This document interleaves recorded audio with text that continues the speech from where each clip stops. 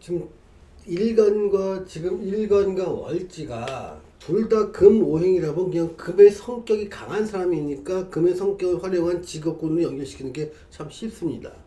그런데 일간과 월지가 서로 다른 오행이면 어떻게 될지 좀 알아보자는 겁니다. 그래요? 일간은 경일간인데 일지가 인월입니다. 또는 일간은 신일간인데 월지가 진월입니다. 그러니까 인묘진은 전부 다 목기운을 가지고 있죠. 이럴 경우에는요. 그러니까 강한 것을 따라가는 게 굉장히 중요합니다. 강한 것은 뭐다? 그러니까 천간과 지주 중에서 더 강한 것은 월지가 더 강합니다. 월지가요. 그래서 이런 경우는 1차적으로 목의 성향을 강하다고 읽어주시고요. 여기도 목과 토의 성향이 강하다고 읽어주는 겁니다. 그러니까 실질적 행동은 목의 성향을 따라가되 그 경일간이라는 금의 성향이 있다 보니까 마음으로는 금의 성향을 갖고 있다. 자, 요 부분을 어떻게 해석해 보려고 했습니다. 그러니까 이 사람이 모임을 간다고 한번 가정해 보자고요.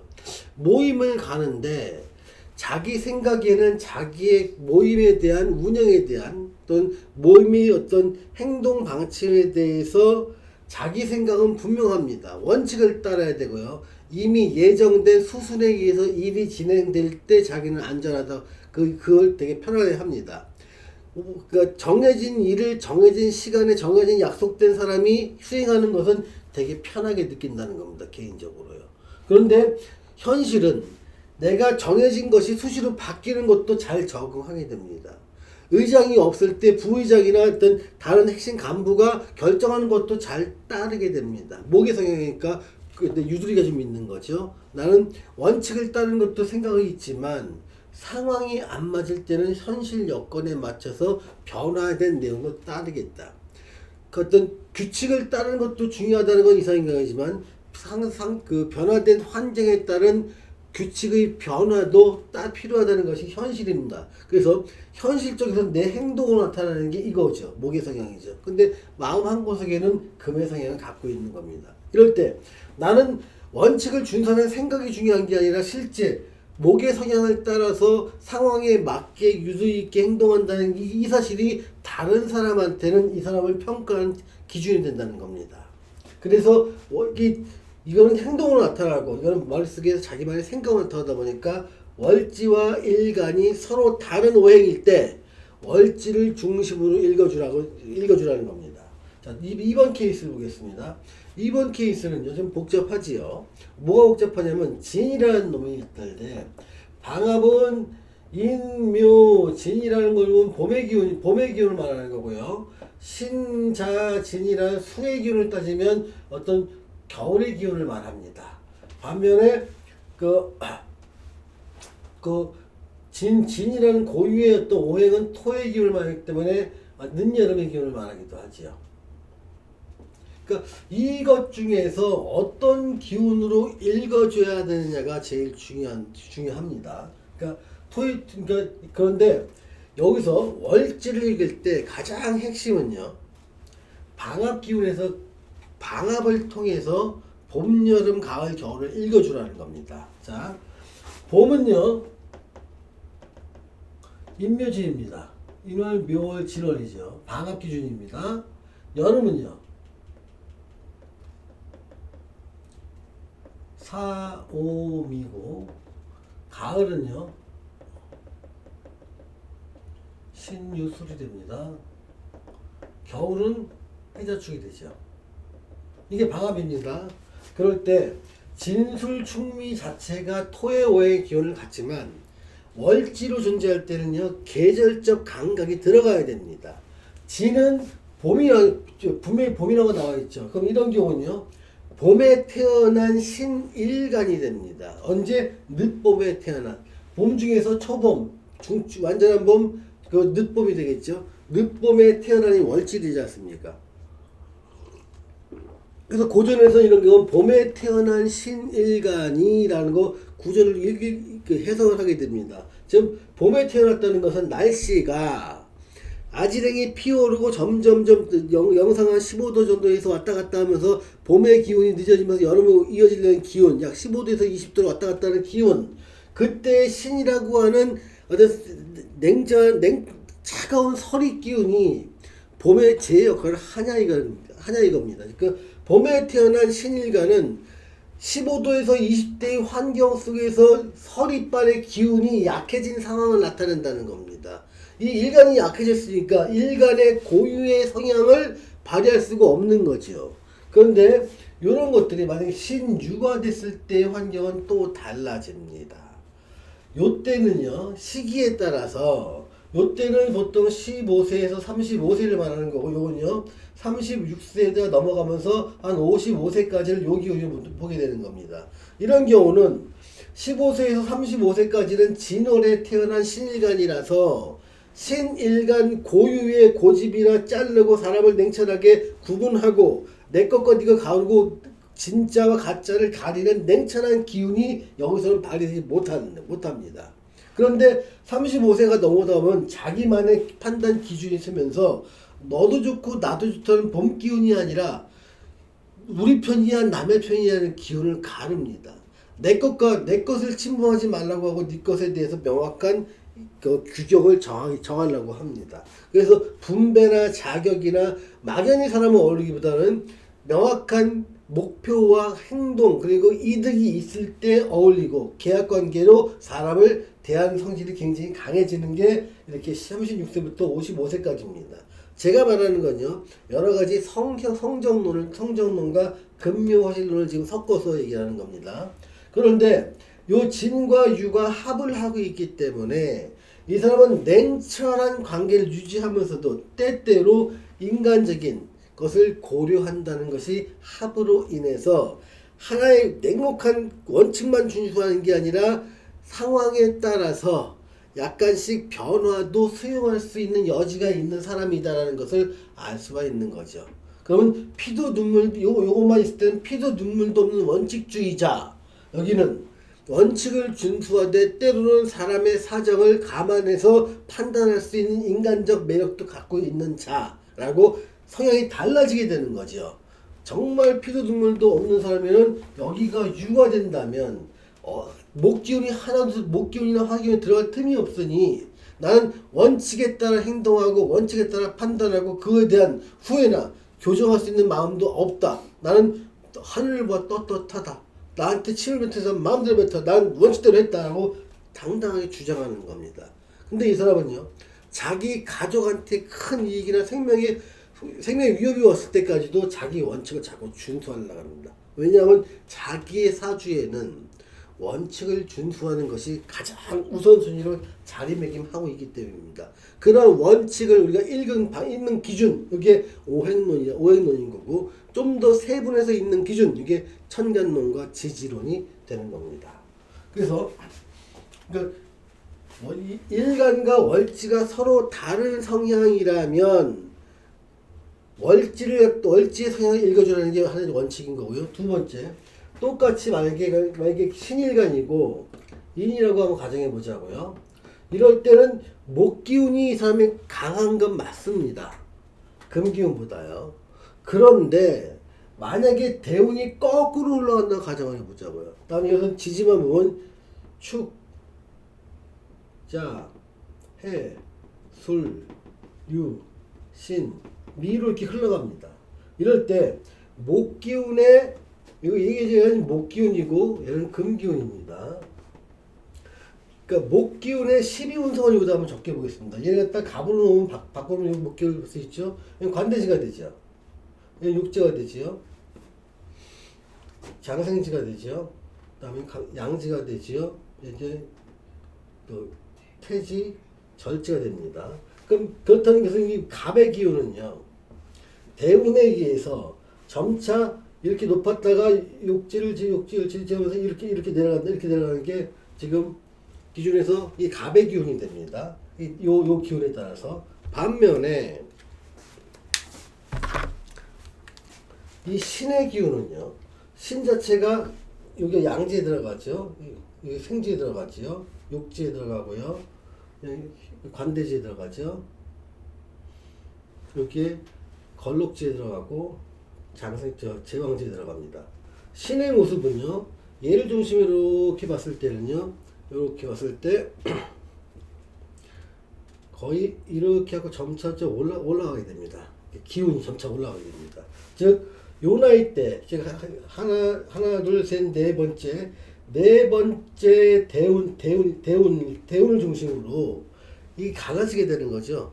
네 번째 대운 중심으로 이 인이라는 기운이 이제는 신이라는 기운을 갈라지게 되는 겁니다. 즉, 이 사람은요, 네 번째 대운 이전에는 비교적 그래도 목 기운이 남아있어서 목의 성향이 좀 남아있는 사람이다. 그리고 신의 기운이 일간이 약한 사람이다. 근데 대운이 네 번째를 지나가면서 얘가 지금 양인의 기운과 관대의 기운을 얻는 술대운부터는 목의 기운은 굉장히 약해지고 일간의 기운이 강해지니까 이 사람은 처음부터 마치 자기가 오리지널 금의 성향을 가진 것처럼 행동을 하더라 라고 대운에 따라서 사람의 성향이 변한다는 것을 알 수가 있습니다. 목기운을 가진 사람과 금기운을 가진 사람은 행동 방식, 선택 방식, 관계를 맺는 방식에서 너무 다르다는 거죠. 먼저 관계를 맺는 방식을 잠깐 보면요. 목기운이 강할 때는요, 사람을 사귀거나 일을 할 때 크게 가리는 법이 없습니다.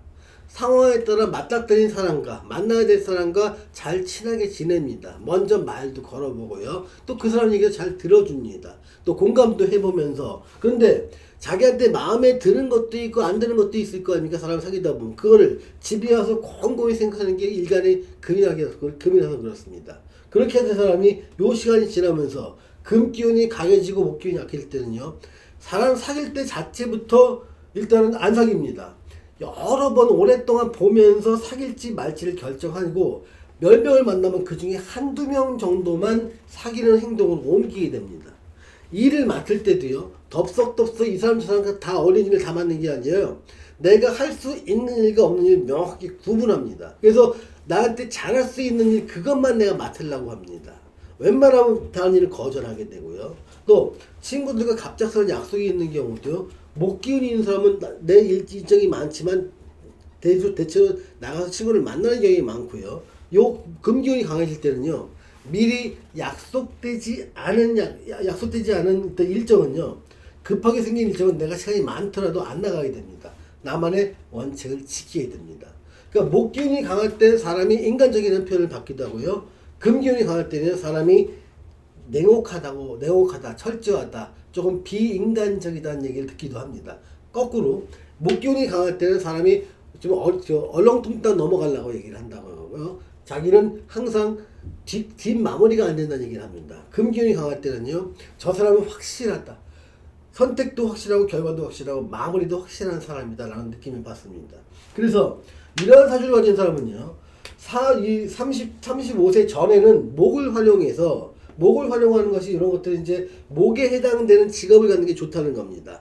그래서 인테리어나 건축이나 교육이나 강의라든가 영업이라든가 유통을 일반 소비자 유통 같은 걸 하는 건 좋습니다. 그런데 35세가 넘어가면서부터 금의 기운을 써야 되고 이걸 잘 못 쓰게 되는 거죠. 그럴 때는 어떻게 한다? 목이 성향이 아니라 이제는 금이 강한 것, 즉 자기만의 기술과 라이센스 분야를 써서 기술 사업을 할 때 성공의 가능성이 높아지는 겁니다.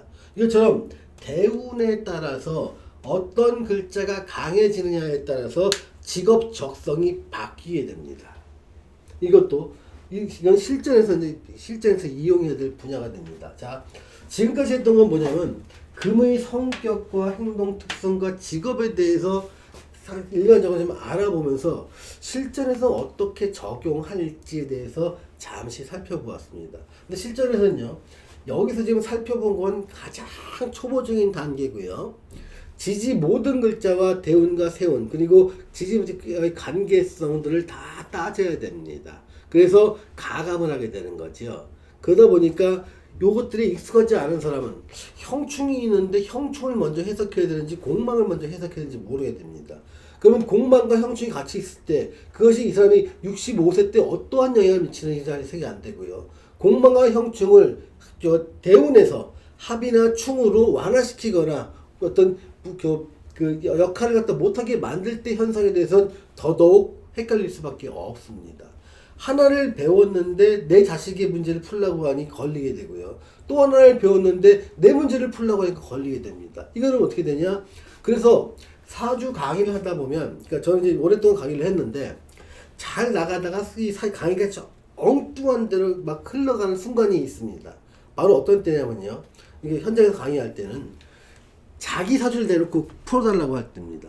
그러니까 자기 사주를 내놓고 풀 때는요. 이 사람이 이 일간이 신이에요. 월지가 유일한 공통점은 있지만 나머지는 포인트가 여기 있는 게 아니라 다른 글자나 대운에 있습니다.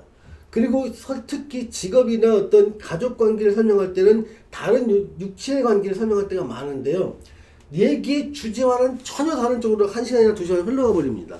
그렇게 되면 그걸 자기가 질문하는 사람은 유익한 답을 얻었다고 생각할 수 있지만 그 사람 빼고 나머지 사람들은 도대체 지금 저 질문이 왜 나오는 건지, 지금 진도를 빼야 되는데 왜 저 사람이 질문을 해갖고 지금 방해를 하는지 막 불만을 하게 됩니다. 그래서 그 시간쯤 되면 어떤 강의를 받는 사람끼리 서로 안목 같은 게 서로 대립이 좀 생깁니다. 그럴 때는 이제 저한테는 막 불만이 많이 들어오고 그렇습니다. 그래서 그러니까 일단은 저한테 제가 지금 말씀드리고 싶은 건 뭐냐면 자기 사주가 궁금한 사람은 나중에 다른 기회를 통해서 푸는 게 좋습니다.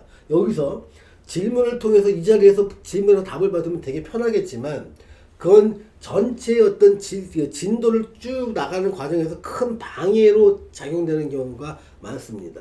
만약에 지금 강의가 실제 사주 풀이 시간이라면 문제 없습니다.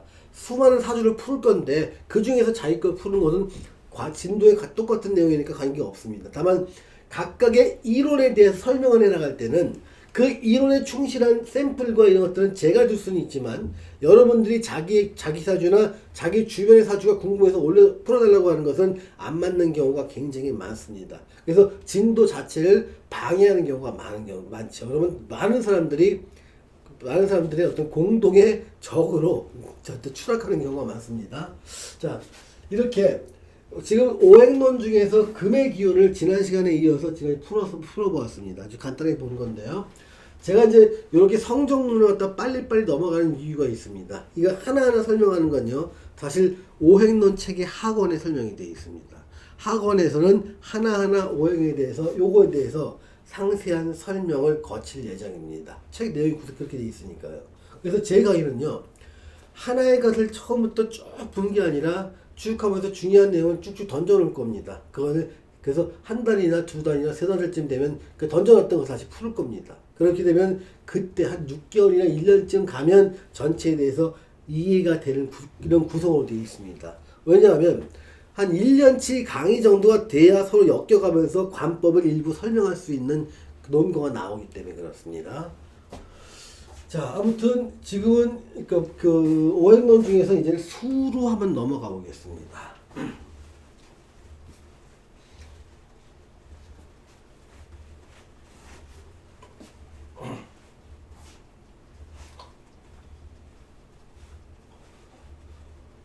자, 이제 수에 대해서 볼게요.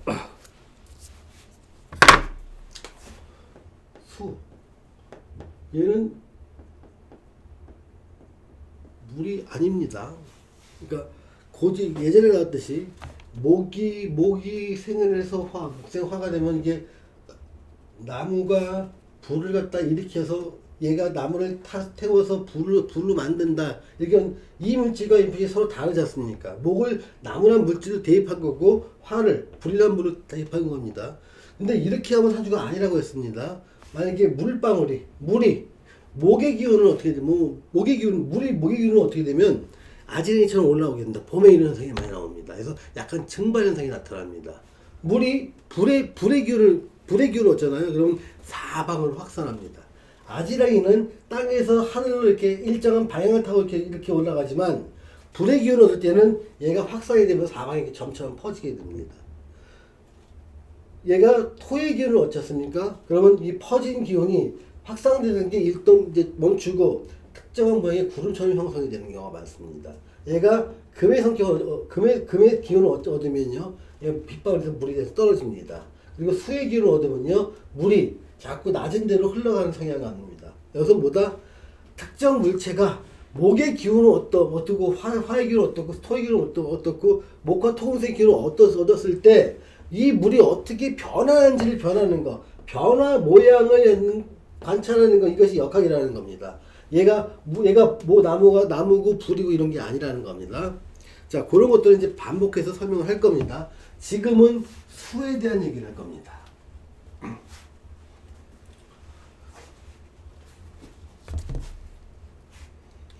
자, 수는요, 생각을 해보면, 계절로 보면 겨울이고요, 시간으로 보면 새벽입니다. 새벽과 밤. 그러니까, 겨울은 어떨까요? 춥죠? 춥다. 음과 양으로 보면 음기가 강할 때입니다. 양기는 약할 때지요. 그러니까, 춥고 어둡죠? 춥고 어두울 때, 그러니까 행동과 생각 중에서 행동 쪽보다는 생각 쪽이 훨씬 더 유리한 쪽이 됩니다. 또 공개적인 일과 어떤 비밀스러운 일 중에는요, 비밀스러운 일이 훨씬 더 많은 비중을 차지합니다. 혼자서 집중하는 일과 여럿이 공동 작업을 하는 것, 이런 것은 한밤중 한겨울 새벽에는 혼자서 집중할 수 있는 일에서 훨씬 더 효율적인 결과물을 나타냅니다. 외부에 이동이 많은 일과 어떤 조용한 공간에서 집중해야 될 일이 있다면, 이런 일에서 더 능력을 발휘하는 게 이 수의 성향이라는 얘기입니다. 그러니까 수의 기운이 많다는 사람들은요, 이러한 특성을 갖고 있습니다. 이걸 어디서 유추하는 것이냐면, 계절로는 겨울이요, 시간상으로는 새벽과 밤을 논한다. 그럼 여기서 말하는 수가 도대체 뭐냐? 천간으로는 임과 개가 있고요, 지지로는 신과, 그러니까 해와 자가 있습니다. 얘는 간이고 얘는 지입니다. 근데 지장간이 있습니다. 지장간에도요, 신 중에 임이 있을 수 있죠. 진 중에 개가 있을 수가 있습니다. 또 신자진 축 중에 개가 있을 수 있죠. 또 있나? 축. 이런 것도 있을 수 있습니다. 그래서 그러니까 존재 형태는 이렇게 한 7가지 형태로 나눌 수가 있는 거죠. 그렇게, 그러니까 이런 것이 수입니다. 그러니까 수를 지금은 오행 단계라고 해서 그냥 물기운이다 이렇게 이해하면 정말 곤란한 거죠. 지금부터 이렇게 이해를 하시기 바랍니다. 겨울의 새벽 밤 기운. 그럼 우리는 뭘 생각해야 되냐면요, 물을 생각할 때 물이 흘러가는 모습이나 물이 끊어지면 물의 물리적 환경 변화를 생각하게 됩니다. 물이 불을 만나면 끓는다. 물이 대기 중에 만나면 증발한다. 그래서 구름이 이제 수증되면 다시 떨어진다. 이건 물의 물리적 변화하면서 물이라는 것에서 벗어나지 못합니다. 그렇게 하면 팔자를 못 풉니다. 그런데 이 수를 물이 아니라 겨울 밤이라고 생각하면 한겨울에 잘할 수 있는 일과 못할 수 있는 일을 구분하는 겁니다. 그 중에 한겨울 중에 낮이 아니라 밤, 한겨울 새벽이나 한밤중에 잘할 수 있는 일과 잘 못하는 일을 구분하자는 겁니다. 그래서 잘할 수 있는 일 갖다 이렇게 잘할 수 있는 일과 못하는 일을 구분해서 서로 대립관계에 놓고 이해를 할 때, 그거를 그 내용을 실전 사주에 해석을 할 때 그대로 적용할 수 있는 겁니다. 자, 이러한 특성을 갖고 있는 수가 많은 사람들, 그러니까 이러한 기운이 사주에서 강한 사람들은요, 성격상 몇 가지 특성을 좀 갖고 있습니다. 이거는 어떤 정리된 내용을 여러분의 머릿속에서 암기하시는 걸 권해드립니다. 몇 개는 좀 외워야 됩니다. 이 섬은요, 특징이, 그러니까 기억력이 엄청나게 좋습니다. 그러니까 수 그러면요, 이 수를 갖다가 기억의 창고라고 한번 생각을 한번 해보시죠. 그러니까 여러분의 기억력이 있는데 기억력을 저장해 놓는 창고가 수의 기운입니다. 그러니까 수많은 그 기억을 해야 될 것들이 많습니다. 인간관계부터 어떤 사건이라든가 공부라든가 학문이라든가 자기가 해야 될 행동 패턴들을 전부 다 기억할 필요가 많지요. 창고가 넓고 자동화된 창고, 아주 그러니까 앉아서 그냥 언제든 데이터를 분할할 수 있고 수많은 내용을 저장할 수 있는 창고, 이것다가 현대적 창고고 창고 굉장히 큰 창고라면 수의 기운이 강한 사람은 이러한 창고가 굉장히 현대화되어 있고 잘 기억 저장 요인이 큰 창고를 가진 사람이라고 생각하면 됩니다. 그 사람은 뭐라고 한다? 기억력이 좋은 사람들이에요. 자, 기억력이 좋은 사람들은 특징을 보면요, 여러 기억이 혼재되어 있지 않고요, 주제별로, 사건별로, 어떤 내용별로 구분되어 있습니다. 그래서 기억이 서로 토막토막 나눠져 있지만 서로 이렇게 몇 개만 집으면 하나의 완성된 기억 형태를 유지하는 경우가 많습니다. 이런 경우는요, 기억이 왜곡되는 일도 좀 작고요, 기억이 또 다른 기억을 만드는 경우도 좀 작긴 하지만, 어쨌든 수가 강한 사람들은요, 자 보세요, 수가 강한 사람은 기억력이 좋다라고 말하는 겁니다. 그러면 여기서 수가 강한 사람이 어떤 사람이냐? 일간이 임이면 수가 강한 사람이냐? 이쯤 되면 임자나 임신쯤 되면 수가 강한 사람이다. 얘도 수기운, 얘도 합으로 수기운을 나타내기 때문입니다. 얘가 만약에 임오고 사라면 이 사람은 일간은 수지만 수가 강한 사람이 아닙니다. 화가 강한 사람입니다. 이 사람은 강한 기억력이 가졌다고 볼 수 없습니다. 일간이 임일 뿐입니다. 똑같이. 그런데 만약에 임자가 있고 오가 있고 사가 있으면 어떻게 될까요? 여기와 얘는 화기운인데 얘는 강하죠. 그러니까 이때는 강한 축에 속합니다. 그래서 강한 기억력도 갖고 있지만 화라는 기운도 같이 가지고 있다고 해석을 하는 겁니다. 그런데 기억력이 좋다는 사실만은 분명합니다. 기억력이 좋지만 기억력만 좋은 것이 아니라 사라고 재성이라고 하는 다른 사람과의 관계성도 좋은 사람입니다. 그러니까 많은 사람을 만나고 그 만난 사람과의 관계를 다 기억하고 있는 사람이 되는 거죠. 자, 여기서 보면 기억력은 다시 말한다, 기억의 창고. 그러니까 창고가 굉장히 현대화되고 용량이 큰 사람, 수가 많은 사람, 수가 강한 사람은요, 이렇게 해서 기억력이 좋은 사람. 보통 기억력이 좋은 걸 머리가 좋다는 거랑 조금 혼재될 수가 있죠. 자, 머리가 좋다는 거는 사실은 여러 가지 상태입니다. 그러니까 창작력이 좋은 것도 머리가 좋은 거에 속합니다. 논리력과 수리력이 좋은 것도 기억력이 좋다고 얘기를 합니다. 머리가 좋다고 얘기를 하고요, 기억력이 좋은 것도 어떤 머리가 좋다고 얘기를 합니다. 또는 격투기에서 박치기를 잘하는 것도 머리가 좋다고 얘기할 수도 있죠. 그러니까 용어라는 것들은 일반적으로 우리가 현실에 쓰는 용어들을요, 한번 사주 공부를 하면서는 자꾸 곰곰이 생각하게 됩니다. 그 용어가 갖는 정확한 의미와 요 용어의 반대편의 의미, 그리고 유사한 의미는 무엇인지를 자꾸 생각한다면 그 용어의 선택으로 인해서 사주에 대한 이해도가 점점 구체화되고 명확화되는 경우가 많습니다. 그래서 보통 이럴 때는 이제 심리학을 좀 또 별도로 공부하는 경우도 도움이 되고요. 용어가 나왔을 때 그 용어에 대한 다양한 사전적 의미를 좀 그때그때 찾아보는 것도 실제로 사주 공부를 하는데 도움이 됩니다. 자, 여선 중에 수의 성격을 논하고 있는데요. 그 중에서 기억력이 좋다는 것은 있고요. 그 다음에 기억력이 좋다 보니까 여러 가지 데이터가 머리에 좀 있습니다. 그래서 누군가 어떤 문제가 생겼을 때 기억에 있는 다양한 데이터를 끄집어서 제공하는 것, 이 모습을 누군가 봤을 때는 이 사람은 머릿속에 도대체 뭐가 들어있는 거야? 그러면서 총명하다, 똑똑하다 는 느낌을 받습니다. 이거는요, 자기가 느끼는 게 아니라 수가 많은 사람, 수가 강한 사람을 상대한 상대방이 이 사람한테 느끼는 감정입니다. 똑똑한데?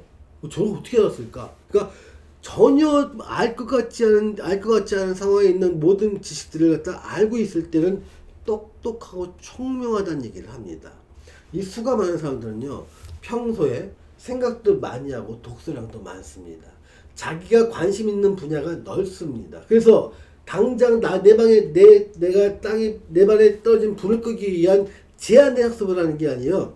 다양한 분야의 학습을 하는 경우가 많습니다. 그래서 생각 외로 다양한 분야의 다양한 지식을 머릿속에 정리하고 있는 경우가 많죠.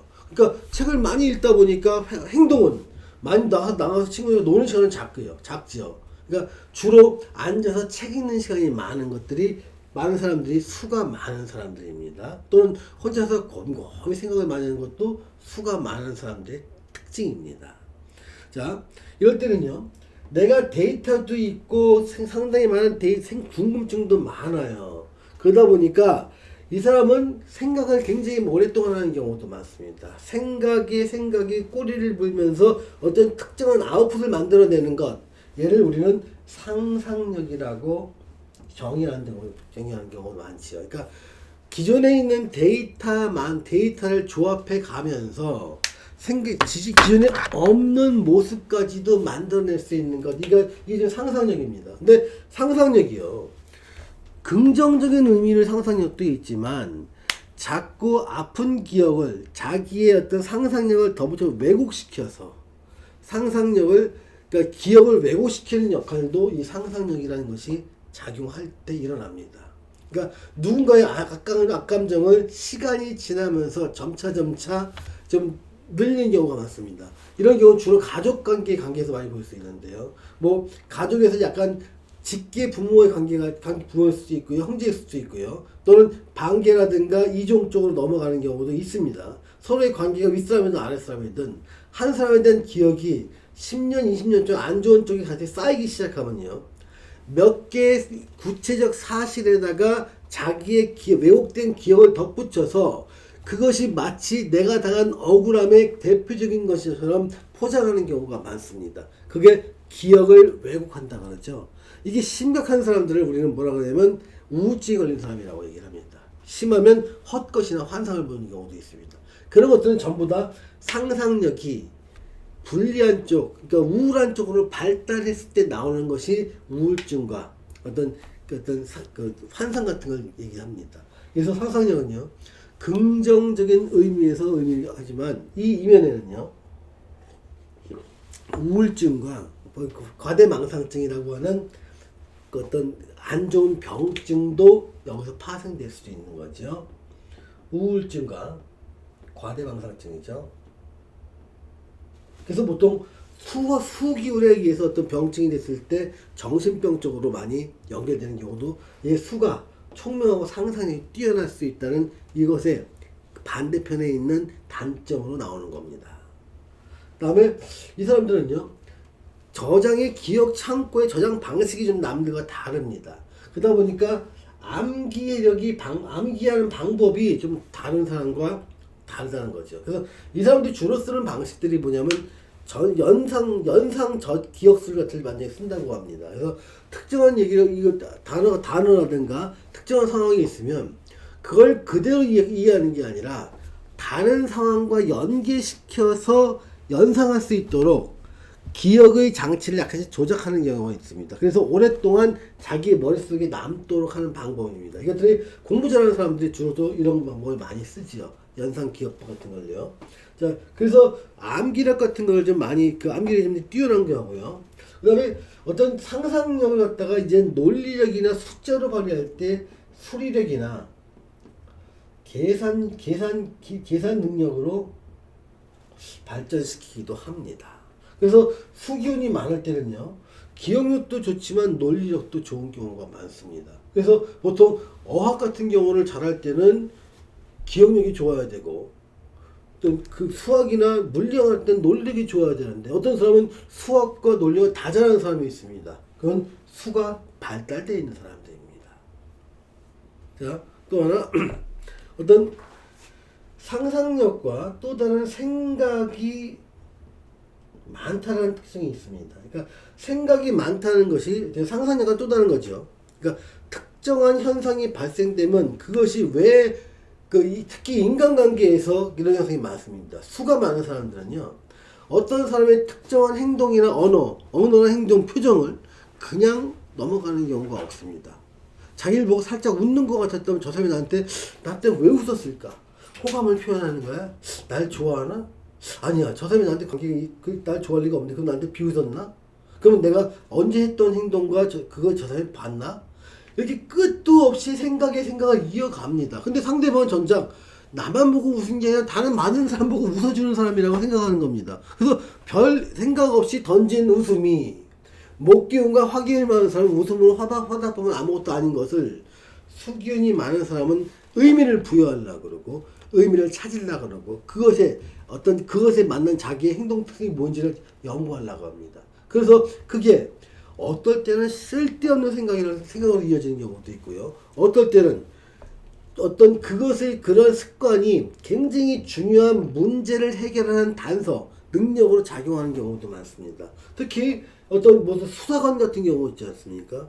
수사관 같은 경우는 이렇게 생각이 많은 것도 중요하고요.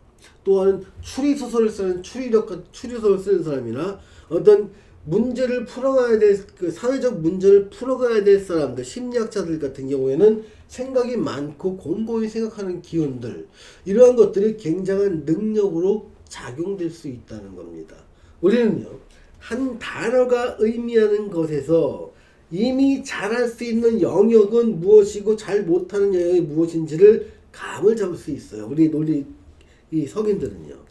그 다음에 이 생각이 많지만 상상력이 기존에 없던 것을 만들어내는 것도 있습니다. 그것이 환상이고, 우리 쉽게 일상에서 용할 수 있는 것은 귀신이라고 얘기합니다. 귀신은 눈에 보이지 않는 존재죠. 또 영적 기운이죠.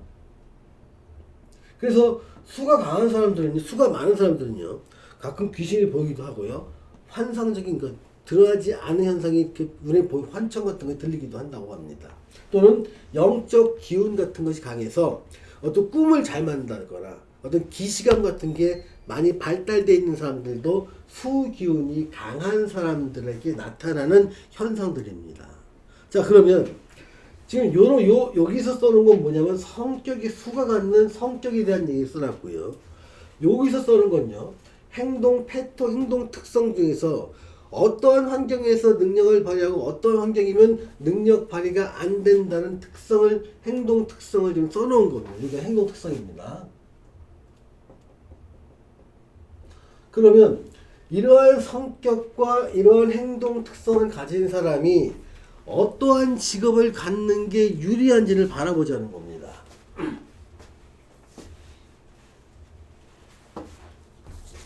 자, 요것들은 이제 교재에 보면은 교재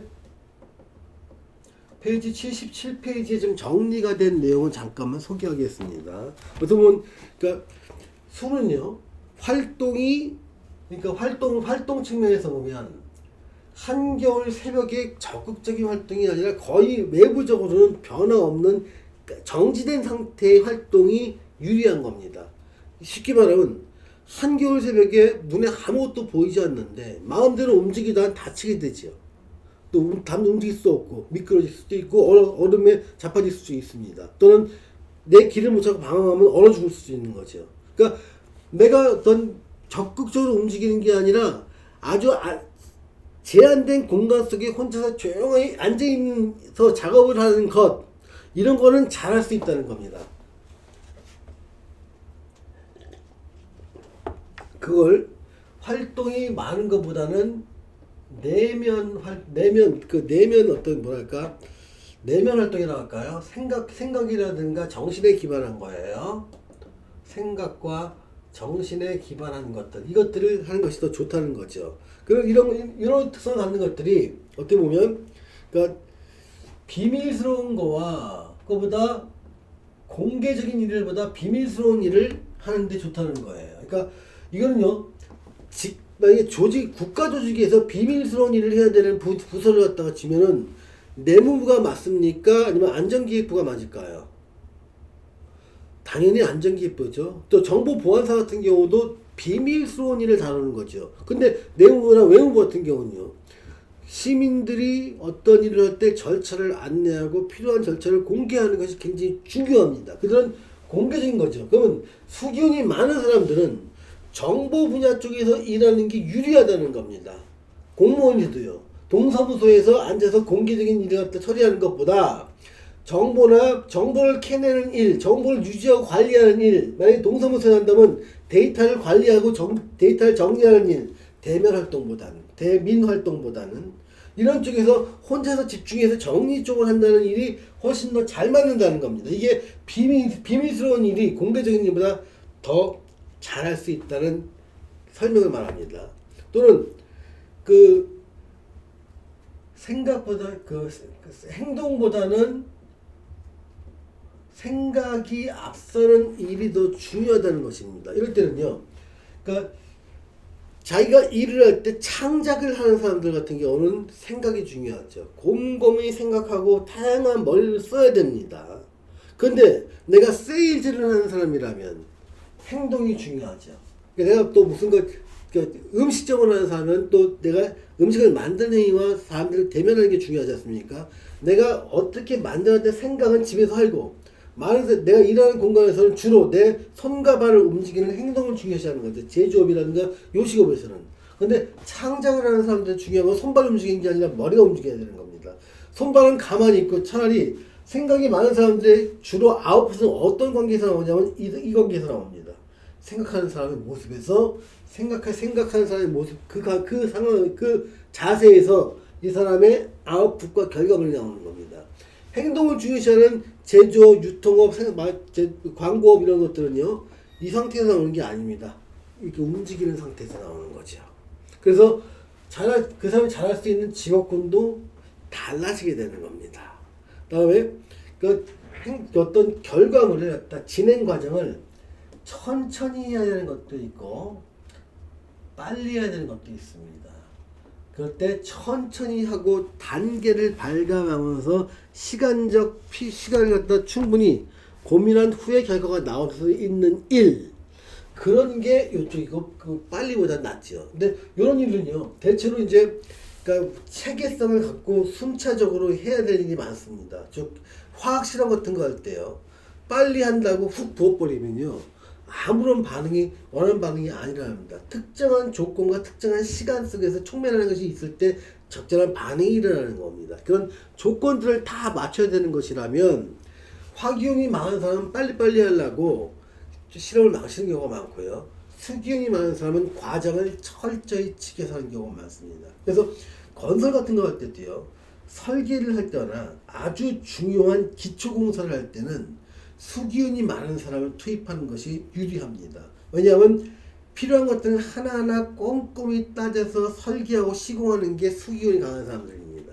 반면에 빠른 시간 내에 어떤 골조를 올려서 웬만한 것들은 속도는 중요한 단계가 있으면 그때는 화기운이 강한 사람이나 목기운이 강한 사람을 투입하는 게 훨씬 더 효율적이라는 얘기죠. 그래서 같은 공정에 있다 하더라도 어떠한 기운이 강한 사람을 넣는 게 더 효율적인지가 좀 달라집니다. 자, 똑같이 그다음에 이제 요런 것들을 보면 이제 생각이나 어떤 건 천천히 하는 게 중요하다 이런 것들이 주로 이런 것이 강조된 직업 환경은 어떤 것이 있느냐를 보는 겁니다. 만약에 보통 정신이 더 중요하다. 정신이 더 행동보다 중요하다 그럴 때요. 이 사람들이 잘할 수 있는 게 어떻게 보면 종교나 철학이라든가 사상 같은 것 통해서 어떤 능력을 발휘할 수도 있습니다. 또는 어떤 이 사람이 상상력을 갖다 활용해야 될 사람이라면 시나리오 작업이라든가 어떤 창작하는 분야에서 자기의 능력을 드러낼 수가 있는 거죠. 어떤 비밀이 더 중요한 부분이라면 직업 자체가 비밀을 유지해야 되는 그런 것도 중요하지만 음성 소득이 많은 분야도 많은 분야 이런 분야도 이 사람이 잘할 수 있는 일이고 맞는 분야라고 볼 수가 있습니다. 또는 산업 자체를 전방 산업과 후방 산업으로 나눈다면 수가 강한 사람들은 후방 산업 쪽에서 자신의 능력을 발휘하는 경우가 많죠. 후방 산업은 전방 산업에 종사한 인력들을 기르고 그러니까 양성이죠. 또 이 사람이 다치면 치유하고 이 사람이 힘들면 어떤 휴식을 취하게 해야 하고 어떤 재교육을 시키고 또 이 사람이 나이가 들면 요양을 할 수 있는 이러한 분야의 일을 갖다 후방 산업이라고 합니다. 그러니까 수기운에 강한 사람들은요, 음기가 강하다 보니까 전방 산업보다는 후방 산업 쪽에서 자신의 능력을 발휘할 수 있는 가능성이 높은 사람이라는 것입니다. 이처럼 수가 강한 경우 사람의 어떤 그 기본적인 성격도 좀 알아두시고요. 이 성격이 어떤 행동 패턴을 나타내기 때문에 환경적인 측면에서 잘할 수 있는 공간과 조건, 잘 못하는 일 공간과 조건을 같이 알아두는 겁니다. 그리고 이러한 성격과 이러한 행동 특성으로 인해서 잘할 수 있는 직업까지 연결시키는 것이 한 큐에 한 번에 나와야 됩니다. 그래서 만약에 어떤 사람이 사주에 어떤 그 신이라는 잘하는 게 딱 존재하면 이 사람은 기본적으로 잘하는 걸 쓰는 사람이구나, 수를 쓰는 사람이구나, 얘를 갖다가 쓰는 겁니다. 얘를 어떻게 쓰냐면요, 육친과 비교를 하는 겁니다. 자, 얘를 갖다 이제 이 육친과 비교하는 거를 이제 좀 더 상세히 좀 알아볼 필요가 있습니다. 지금은요 좀 쉬었다가 뵙습니다.